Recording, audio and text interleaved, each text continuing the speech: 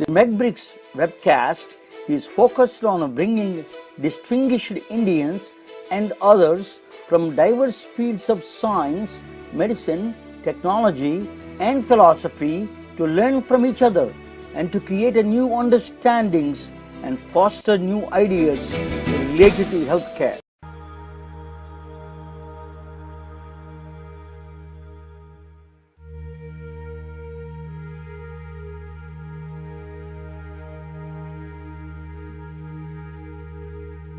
Go ahead. Hello, everyone. Good evening. And my name is Jennifer Niemeyer. And you can check us out on our website as www.dailywordformedicine.com.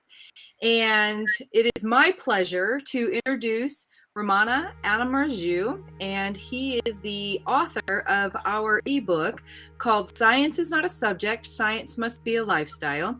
It's a short 3-minute reads that connects science and history. And Ramana has a master's physics. He's also studied nuclear engineering and computer science. He has had many years of experience in the healthcare field, and it is my honor to introduce him to you so he can talk to you tonight about one of the articles about Dr. Yellapragada Subbarao. And it's exciting to hear him talk, and I'm excited to hear more about Dr. Subbarao. So, Ramana. Thank you, Jennifer. Good morning, India. Good afternoon, England. And good evening, California, and in bedtime in West Coast. Thank you all for joining.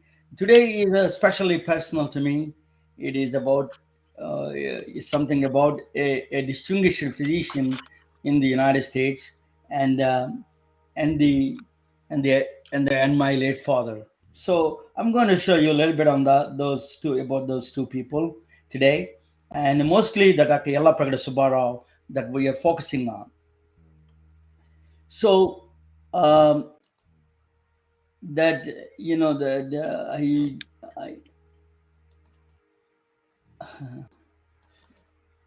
we are yeah.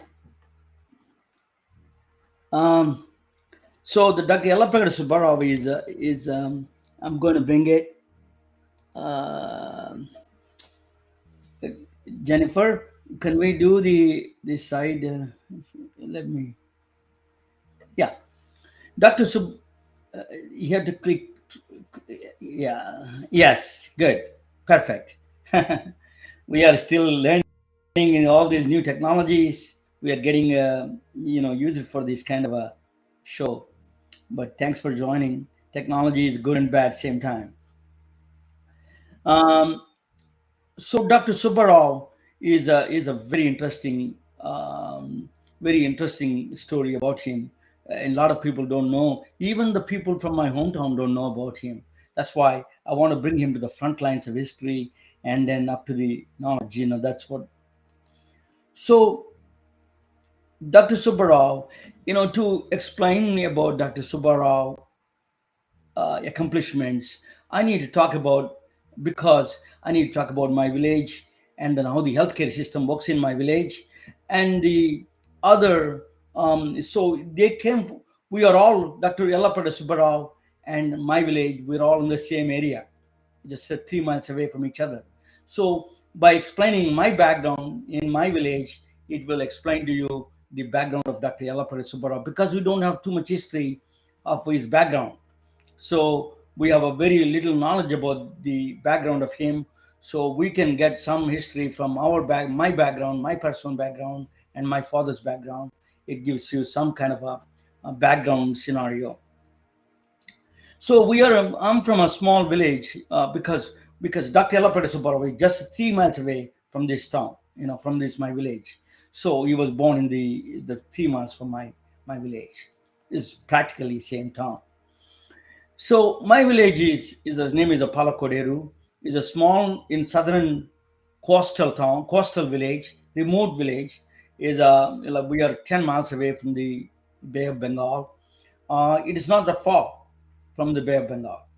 Uh, it is we are a lot of lot of paddy fields, a lot of palm trees, and you have a very picturesque place, very beautiful place, and a lot of canals. And we have a not that far from our place, there is a river also.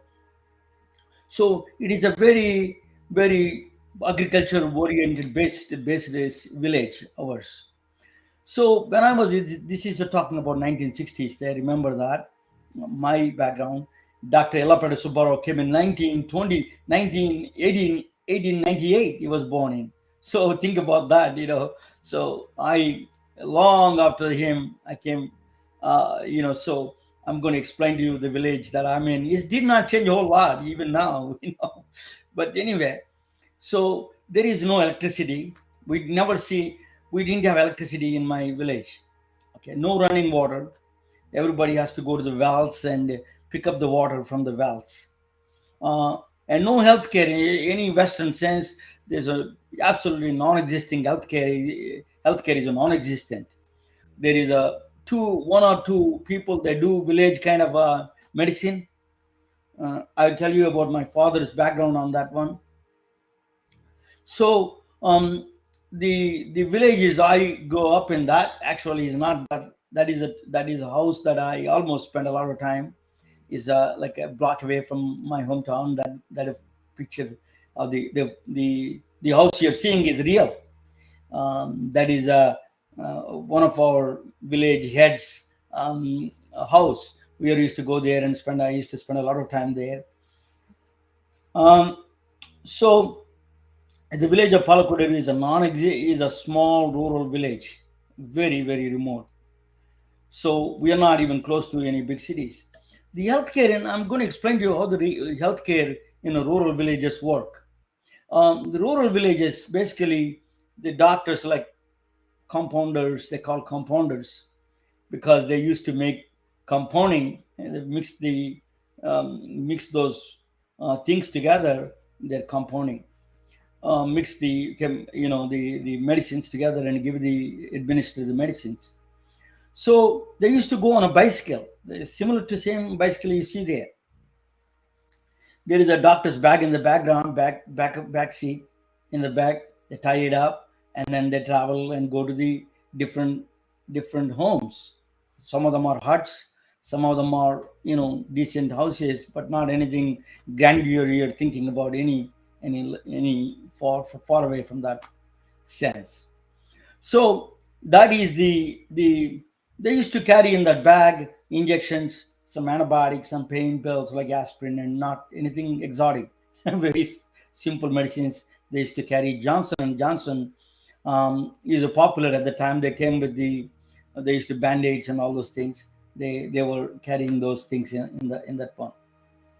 So what kind of diseases they have? Um, it is mostly is a tropical place, right? So it's a tropical country, India, but particularly we are in the tropical area, not too far from the ocean. Uh, there's a typhoid, is a bacterial, and cholera, and there's a waterborne diseases. Malaria is a mosquito-borne. These are very prevalent. Eosinophilia is another tropical disease that attacks the white cells. So these are the diseases are very prevalent. They, we just hear today that Naomi Judd, the country music singer, committed suicide, mental health. So there are some, very rare, but there are people who used to commit suicide. They used to drink that pesticide that you see in the middle. That is the pesticide they used to drink, and then they used to die. They try to commit suicide. Most of the people die because there's not a much of a treatment. I mean, there's not available. You could not get anybody there close to that place. So this is as it is a very very remote area. So very few things available. If we get one of those things, you have to be lucky to survive. you know. So those are all. There is not a much of a. What is surprising to me is that there are not much chronic diseases I've seen. Maybe we have not diagnosed it, but I have not seen a chronic diseases as prevalent like before. Um, could be several reasons we don't know at the time. Everybody is working in the fields. They're working hard. So it may be we are all exposing the sun quite a bit, and immunity is much more stronger. So maybe, that is one of the causes. But there are not too many chronic diseases. I never seen. Even the suicides are very extremely rare. One of the things I want to tell you, that in my village, when I was growing up, you don't see that many deaths. This is something telling about Western medicine. Maybe we are scaring people away. This, I don't know what's scaring away, or could be real reasons are. But with all those dreadful conditions, still people are not any dying, left and right. That is surprising to me. That is, we have to do some research on it. What is the reason, exact reasons are. But anyway, so they used to carry, a lot of women, they deliver babies at home. Midwives come. Midwives is not anything special. She's experienced a little bit better than other people. She's a mother of the town, who is experienced in delivering babies. So she is a institute. She is considered as a midwife, and she helps people. That's all. Is nothing like a midwife is a job. There is nothing the government is not providing at the time. Nothing there is no organized care at all. So it's a non-existent care.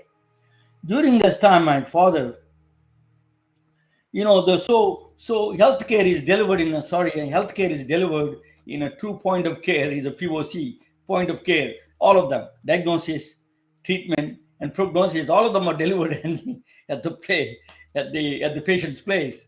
You see the rural villages, they see the delivery of the care is done at the hut or at the village home or the patient's home. So they're all delivered at the same time. So it's not anything fancy. All of them are is a kind of a point of care. It is delivered all at the same time. So mm, how do they get paid? The village doctors, it may be interest to you. So, like I heard in America, also in Western countries, they used to give a chicken and eggs, drop it off. Similar structure, but India eats a lot of vegetables. Maybe that's one reason you don't have a lot of chronic diseases. So we are a very vegetarian country. Basically, yeah, the meat is a very luxury, or meat is not prone to, some of the caste, people that cannot, I'm a Brahmin, so we don't eat meat.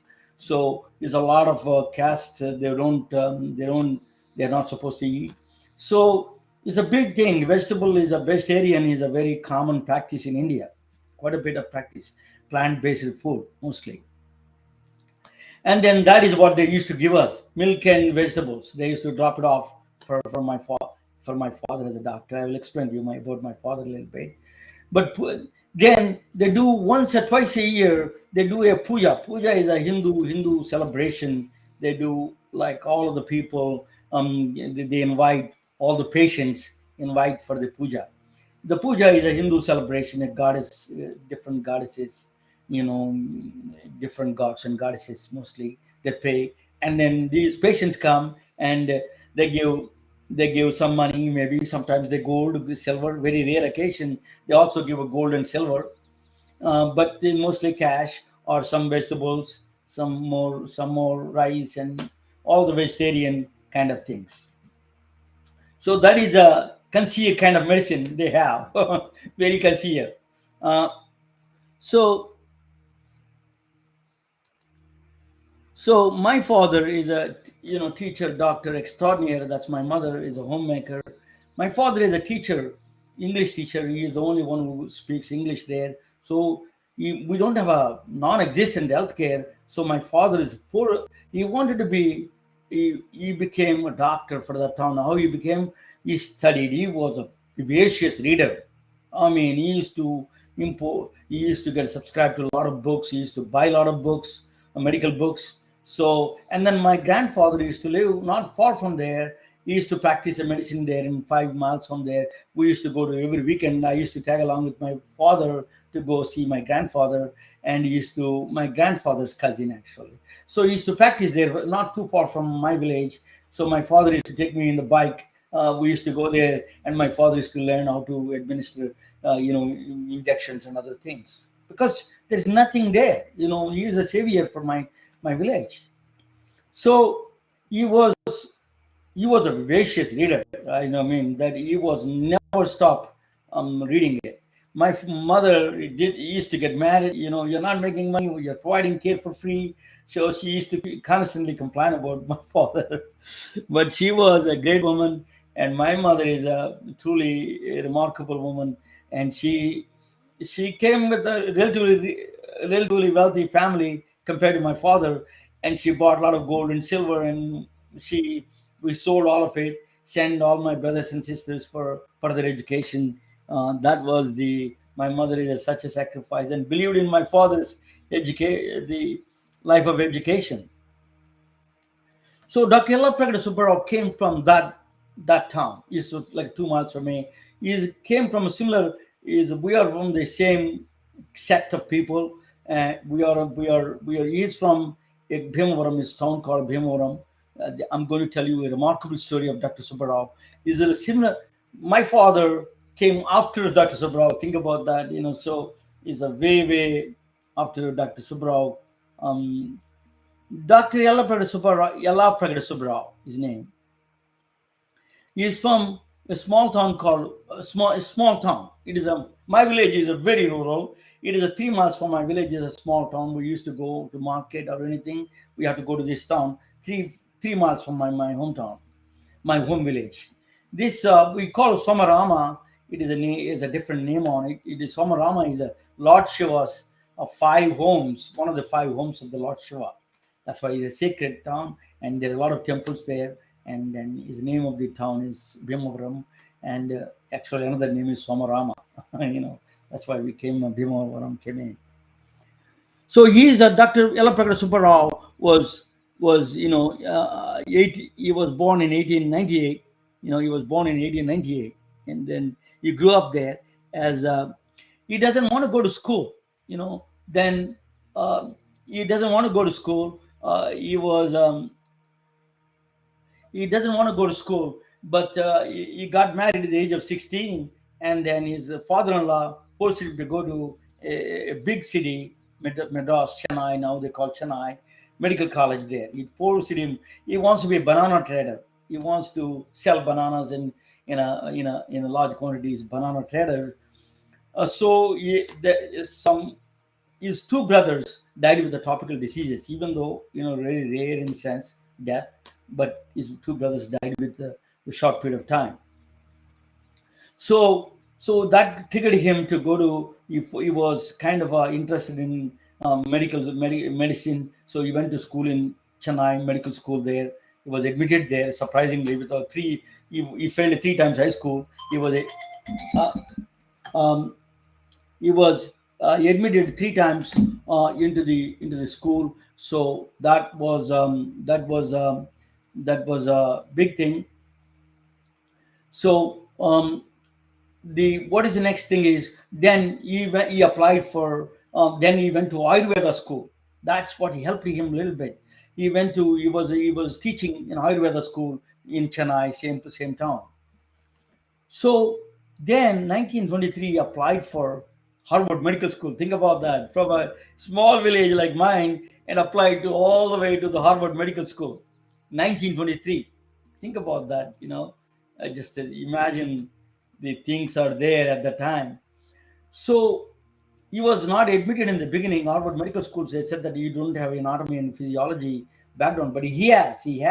They think because he's teaching Ayurveda is not a science. We don't recognize it. Western medicine said that we don't recognize Ayurveda, so you need to get medical school. You need to get a physiology and anatomy classes to be done. He said that, yeah, I went through school, I did a training, and he resubmitted his application. They admitted him in the Harvard Medical School in 1923. Think about that. He came to medical school.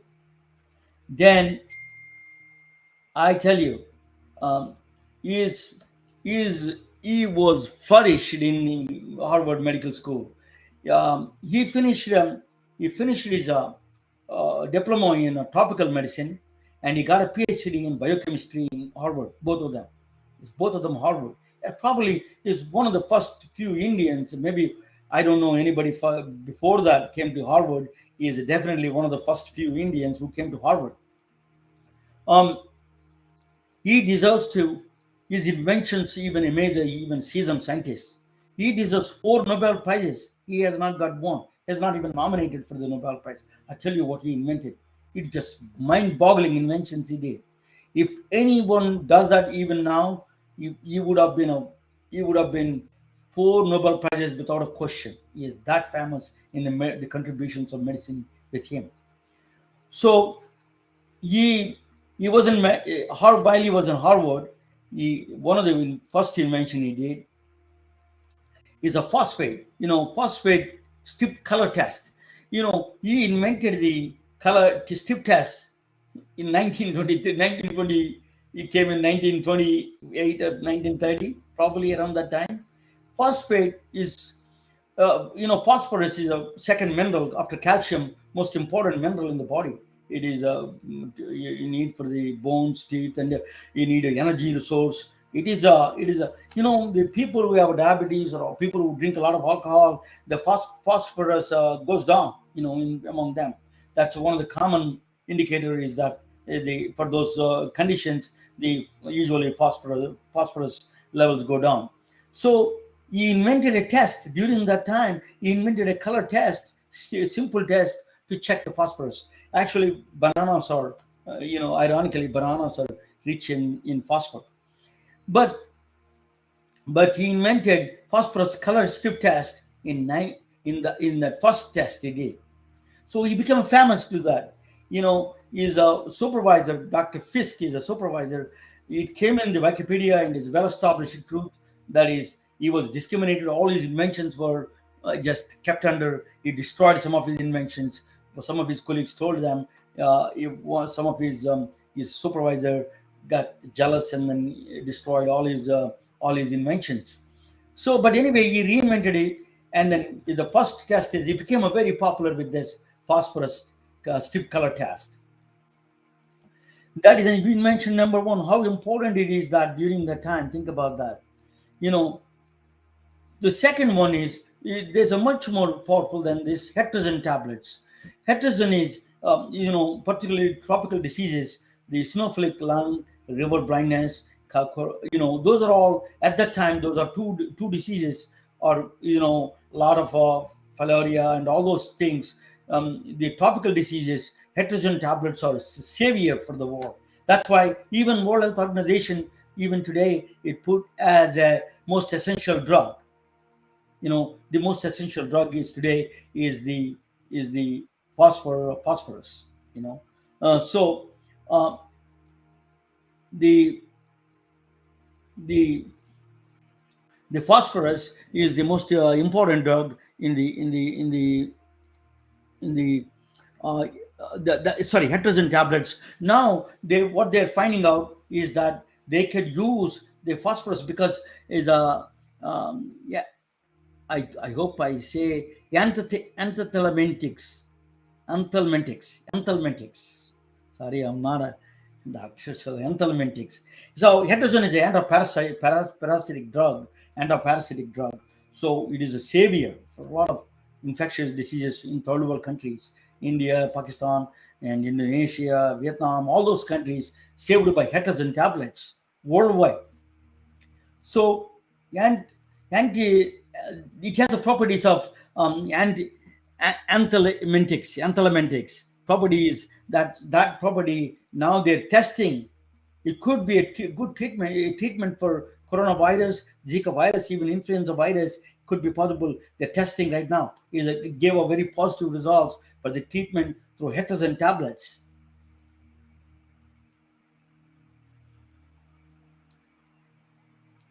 So actually, I had a eosinophilic lung when I was a kid. I took hetrazine tablets, saved my life. So, the biggest invention of all, the mother of all his inventions, is methotrexate, the first chemotherapy drug. Uh, the drug is methotrexate is basically analog of the folic acid. It is the same as a folic acid. So what it is was um, is a child. 1946. There is a child leukemia is very prevalent because you cannot is a blood disease, blood cancer. So you cannot treat by by surgical removal. You cannot do that because, or you can do radiation because there's the blood is diffused across the body. So you cannot do both those. You need a targeted drug. There's no targeted drug at the time. So he came up with a methotrexate. Sidney Farber is a pathologist from Boston. He was kind of a character. He used to fight with everybody. So he's the only guy he liked is Dr. Soparov. Dr. Soparov gets along with everyone, and he gave his invention to him. And he went there and used it on children and saved a lot, countless of lives. That is really big changer. Methotrexate is so powerful now. Even the use for other cancers, head and neck cancer, they use for ectopic pregnancies, they use for the even knee inflammation. Methotrexate is a very powerful injection for knee inflammation. It has so many wide variety of uses even present. That is the power of the methotrexate. So the first chemotherapy is a drug. He became famous. He became very famous. But with all his inventions, can you believe this? Harvard did not. He was teaching. He was started teaching in Harvard, but they did not give him a tenure because he did not get tenure. He was a foreigner. They discriminated him completely. That is no. That was a is a given. It is not some in the Wikipedia mentioning that part. So, so you move to then you move to um, you move to the uh, you move to the you move to the lab called after this he became very famous, well known. He was a very established his name. So that is at that time a small lab, literally labs, sorry, literally labs now is owned by Pfizer actually. Literally labs hired him as a director of research in 1947 or 45 somewhere that time. They hired him as a research director. So at the time there was a big rush to find a first broad spectrum antibiotics. It is a big thing to find there is a lot of rush going on to find the broad spectrum antibiotic at the time. So he hired Dr. Subarov hired a guy. He's a 70-year-old at the time, Dr. Benjamin Dugard. He's from Alabama. He's a plantation owner's son. He hired him. Think about he's a dark-looking foreigner hiring Benjamin Dugard. He was very open-minded person. He started working for him, for Dr. Subarov. Both of them worked very hard. They got some samples from Missouri, and they're testing different kind of material, different kind of plants. What they found is that tetracycline is a first chemotherapy drug. Ureomycin is they invented ureomycin, first broad spectrum antibiotic. They discovered first ureomycin antibiotic, first broad spectrum antibiotic by Dr. Subarov. But actually, most of the work is done by Dr. Subarov because Benjamin Dugard was an older guy and is already playing a lot of golf. They said, and but they're working together. I don't want to take credit away from Benjamin Dugard. He's not a doctor. He didn't have any background in biochemistry. He's a plant biologist. Both of them worked together, found this erythromycin, first broad spectrum antibiotic. Then what happened was, then they didn't have any hospital giving them any contracts to clinical trials. There is no clinical trials there. So they went to Harlem Hospital. Dr. Louis Wright. He's from Georgia. He's from LaGrange, Georgia. He's a son of a slaves. So these two guys, think about that. He had a slave master's son and went to slave son of slaves, and they formed a group together and started doing the clinical trials in the Harlem Hospital. So they know that this is working. They tested it, and then Dr. Louis Wright is already a well-known doctor at the time. He's a surgeon. He worked in the Air Force in the United States, so he was very well known. So he gave one of the best. Yeah, the outcomes are stunning.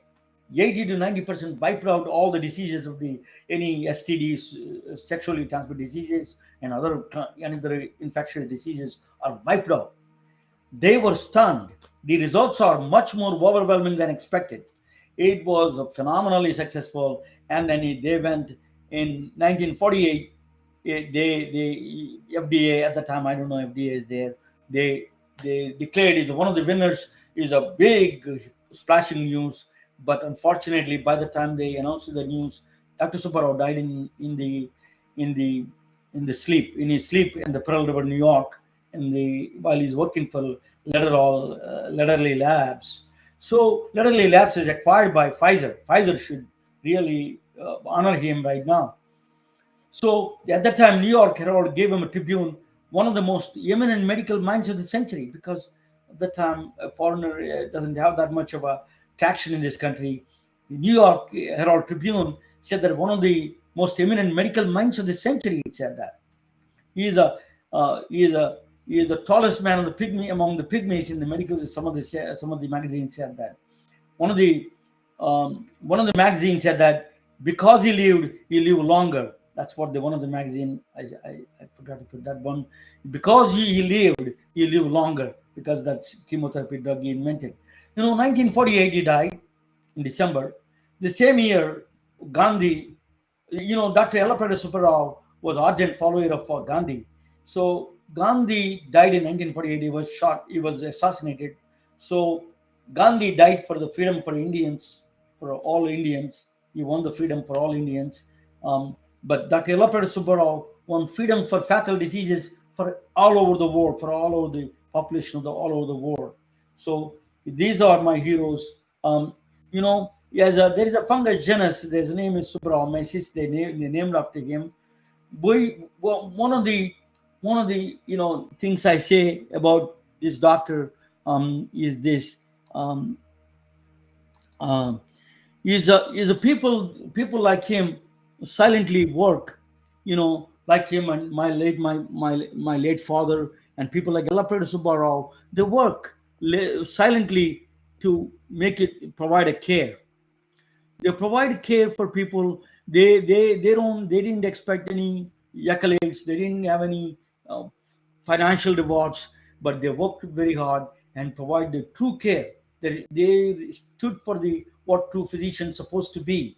So these are the unsung heroes of the medicine in my view, and also particularly I'm proud of bringing my hometown hero, Dr. Yellappada Subbarao, to the front lines. Thank you so much. We're all thank you for joining. I hope I will if I want Jennifer, please take over. Thank you so much.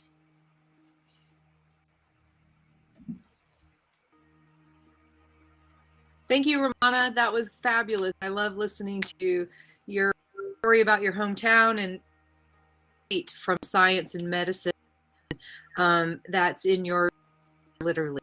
So very exciting to that with us.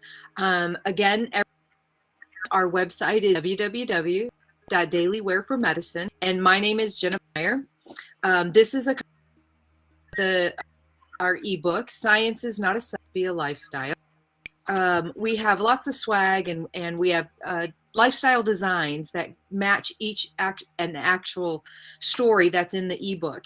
And we have these med cups, one of which this is one of the designs on them. And this is our logo on the back, Daily Wear for Medicine.